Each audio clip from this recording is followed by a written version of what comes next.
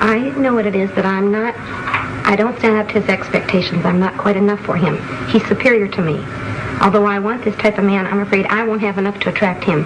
Well, that's the first part of the sentence, and that might be a true one, because maybe he could be superior to you in some ways. Maybe he wouldn't be attracted to you, but that would never upset you if you were only saying that. I think he may be superior to me. Now, you're adding a second sentence to that, which is, if this is so, that would be awful. Well, not quite so extreme as that, because I've thought about that, too. It's usually, I've missed my chance again, because when I want to become... If I want to show the very best of myself, because I think I have self-confidence and I have enough to offer. Yeah. But when I get afraid like that, then I show all the bad qualities. I'm flip, I'm so much on the defensive that I can't show my good qualities. And it's like I missed my chance again. There was a good opportunity to be close to this man, and I loused it up again. All right, but even let's suppose you're saying that, and I think you really are, but you must be saying something else, too, because if you were just saying... hell, I missed my chance again, you'd say, all right, next time, I'll take advantage of what I learned this time and do it a little better. Now, you still must be saying, if you feel shame, embarrassment, shyness, there's something pretty bad about your error in missing your chance again. I don't know if this follows in context to what you're saying, but the thing I do feel is that I get suspicious then. Am I the type of woman that will only appeal to the ones that are... to not my type of guy anyway? Is there something wrong with me? Am I never going to find the kind of man I enjoy? I always seem to get the other ones. All right, now you're getting closer to what I'm talking about, because you're really saying, if I am this type of woman that none of these good, eligible males are going to appeal to, then that would be awful. I'd never get what I want, and that would really be something frightful, isn't Plus, it? I don't like thinking of myself that way. I want to put myself on a higher standard. I don't like to think that I may be just an average Jane Doe. But let's just suppose, for the sake of argument at the moment, that that were so. All right. That you were an average Jane Doe. Now, would that be so terrible?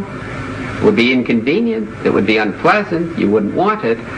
But would you get an emotion like shyness, embarrassment, shame out of just believing that maybe I'm going to end up like Jane Doe? I don't know. Well, I don't think you could, because you still would have to be saying on some level, as I think you've just said, and it would be very bad. It would be terrible. I would be a no-goodnik if I were just Jane Doe. I'd never get what I want. If I were just a Jane Doe, and if I'd have to accept that, I'd never get what I want, and I don't want to live the rest of my life with just icky men.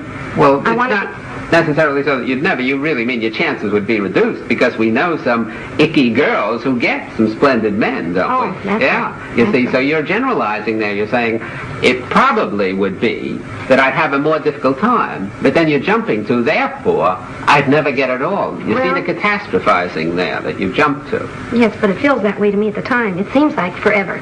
That's right, but isn't that a vote of non-confidence in you?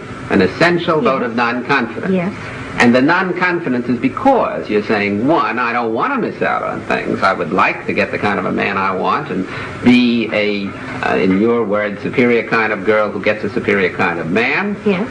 But if I don't, then I'm practically on the other side of the chain completely, a no-goodnik, somebody who will never get anything that I want, which is quite an extreme away, isn't it? Yes. And that's what I call catastrophizing, taking a true statement, and there is a good deal of truth in what you're saying, if you didn't get the kind of a man you wanted, that it would be inconvenient, annoying, frustrating, which it really would be, and then saying, I'd never possibly get what I want, and even beyond that, you're really saying, and then I couldn't be a happy human being. Aren't you really saying that on some level? But let's just look at that. Let's just assume the worst, as Bertrand Russell once said years ago. Assume the worst, that you never got at all, for whatever the reasons may be, the kind of a man you want. Look at all the other things you could do in life to be happy. Well, I don't like the whole process. I don't even like as I'm going through it. I don't... All right, even if it wasn't a catastrophe, even if I didn't look at it as a catastrophe, I don't like the way I'm living right now. For example, when I meet somebody that I'm interested in that could have some potential, right away I find I'm not near as relaxed with him. I worry more, should I be friendly? Should I kiss him goodnight? Should I do this? If it's just a Joe Doe and I don't give a darn, I can be anything I want to be. I turn out to be more of a person when I'm not as concerned. I don't like the way I'm, But you're not merely concerned, you're over-concerned. You're anxious, because if you were just concerned, you'd do your best and you'd be saying to yourself, if I succeed, great. If I don't succeed, tough. Right now, I won't get what I want. But you're over-concerned or anxious. You're really saying, again, that's what we said a moment ago, if I don't get what I want right now, I'll never get it. And that would be so awful that I've got to get it right now. That causes the anxiety, doesn't it? Yes, or else work toward it.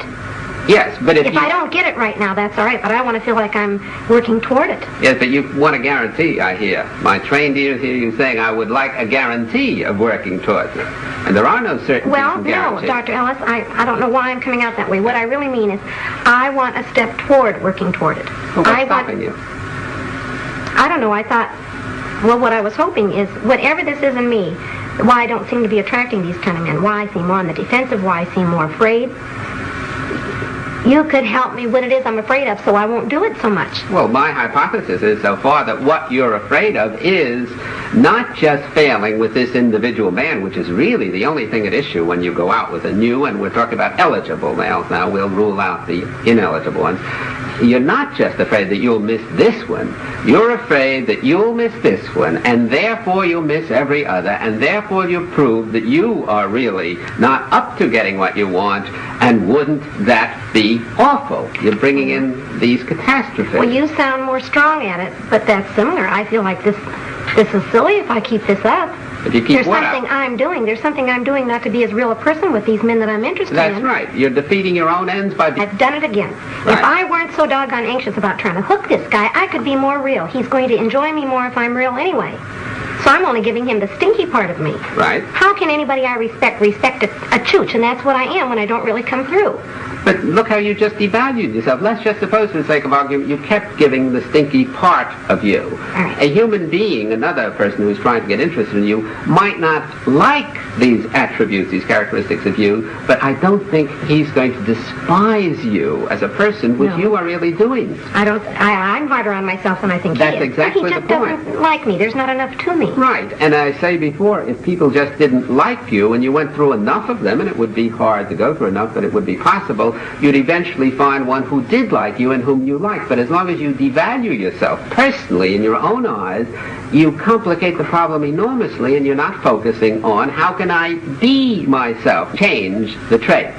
If you, for example, had let us just say, a mangled arm, and you wouldn't accept your whole person, your being, because of this mangled arm, then you would focus so much on that mangled arm that you wouldn't be able to do things that you wouldn't otherwise be able to do. That's almost what I do, yes. Yes, you see, that's exactly so. You're taking a part of you, an arm, and focusing almost completely on that.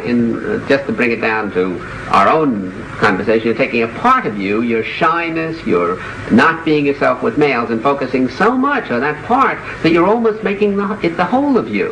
And you get an awful picture of your total self because of this defective part, and we're assuming, you and I, that it is defective. We're not glossing over and saying, no, you're doing all right. You're not doing that well. Right. Now, if you could accept yourself for the time being with this defective part, with these attributes, and not beat yourself over the head, as I feel you definitely are doing, then it becomes a relatively simple problem to work and practice against this negative attribute. In other words, let's get back to that now, how to be yourself. Let's just suppose for the moment that you really were fully accepting yourself with your failings.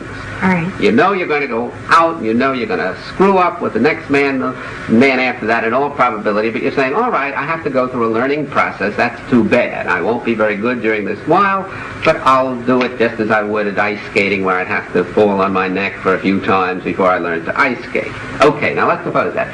Then, if that was so, if you were really accepting you, you'd go out, take the risks of being you. Because after all, if you do win one of these men, you have to be yourself. You're not winning them for a day. You're not winning them for an affair. I assume you want to marry one of these individuals eventually and be with them on a long time. But mostly a long relationship. I don't think so much of marriage. It's a long relationship. All right, a long relationship in the course of which you couldn't act. So we don't want to give you some technique